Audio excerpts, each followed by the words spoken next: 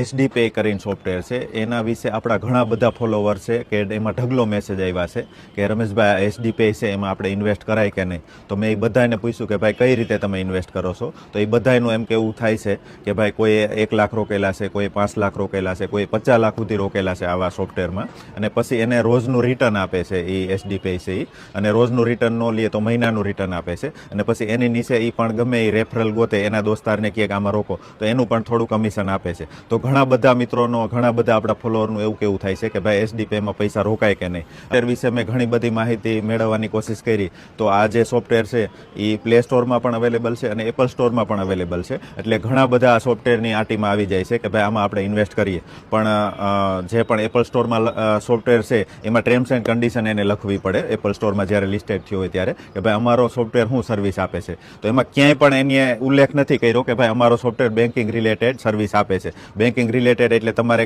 કાંઈ પણ પૈસા એમાં રોકવા હોય તો એમાં બેન્કિંગનું એની પાસે લાયસન્સ જોઈએ. તો આની પાસે ક્યાંય પણ બેન્કિંગનું લાયસન્સ એની ક્યાંય પણ લખેલું નથી પ્લે સ્ટોરમાં કે એપલ સ્ટોરમાં કે ક્યાંય એની પાસે બેન્કિંગનું લાયસન્સ. ઓનલી ફોર પેમેન્ટની સર્વિસ આપે છે, વોલેટની, એટલું જ લખેલું છે. એટલે કોઈ પણ કંપની પાસે બેન્કિંગનું લાયસન્સ ન હોય તો એની એ કંપનીને ભરોસે આપણે લાખો રૂપિયા રોકવા ન જોઈએ. મને બીજો નેગેટિવ પોઈન્ટ આનો આ લાગ્યો કે ઘણા બધા, કોઈ એક મિત્ર હતા એની આરે મેં વાત કરી ફોલોવર, કે મેં એની એમ કીધું કે મેં ભાઈ 50 લાખ જેવું એસડી પેમાં રોકેલ છે. તો મેં એમ કીધું કે આની એન્ટ્રી, તો એની એમ કીધું મેં તો આંગળીયું કરેલ છે એસડી પેન. તો ભાઈ આવી ગેરહાજરી ન કરો.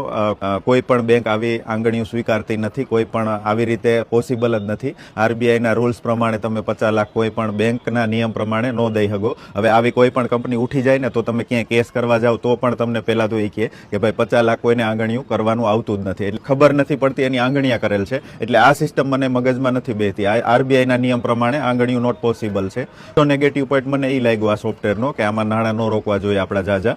કે તમે તમારા ગૂગલ સર્ચમાં લખજો કે ક્યાં એસડી પે આરબીઆઈ અપ્રુવ્ડ હે કે નહીં, એટલું ખાલી તમે લખજો તો નીચે ગૂગલ તમને કહી દે હે સોખી ભાષામાં કે ભાઈ આની પાસે કોઈ પણ ક્યાંય ઉલ્લેખ નથી, આરબીઆઈની વેબસાઇટ પર પણ ઉલ્લેખ નથી કે એસડી પે આરબીઆઈ અપ્રુવ્ડ છે. એટલે ખાસ તમે બધા એલર્ટ રહેજો. કોઈ પણ ગુમરાહ થઈને જાજા તમારું નાણું ક્યાંય ન રોકી દેતા. આમાં નાણાં રોકવા વાળાનું સૌથી મૂર્ખતાપણું આપણે એ લાગ્યું છે કે ભાઈ આંગળીયું કરે છે આવા સોફ્ટવેરને, પછી એ સોફ્ટવેર એના વોલેટમાં બતાવે ને તમને ઇન્ટરેસ્ટ આપે. તો આરબીઆઈના નિયમ પ્રમાણે આ કોઈ વસ્તુ પોસિબલ નથી. એટલે ખાસ તમારા નાણાં કોઈ પણ આવા સોફ્ટવેરમાં ન રોકતા. આવા તો ઢગલો બંધ એપ્લિકેશન છે, કોઈ ટાટાના નામે છે, કોઈ રિલાયન્સના નામે છે. એ ઓરિજિનલ કાંઈ હોતા જ નથી અને ટેલિગ્રામની લિંકથી લોકો ડાઉનલોડ કરાવે છે. એટલે આવા એસડી પે કે કોઈ પે એમાં તમારું ઝાઝુ નાણું કોઈ પણ ક્યાંય રોકતા નહીં. અને તમે ફિક્સમાં મૂકો તો 10 થી 11% કે 9% માંડ તમને ઇન્ટરેસ્ટ આપે છે. તો આવા તમને એટલું ઇન્ટરેસ્ટ કાયમનું આપતા હોય એ વસ્તુ પોસિબલ નથી. આવી વસ્તુ કાયમ ન ટકી શકે મિત્રો.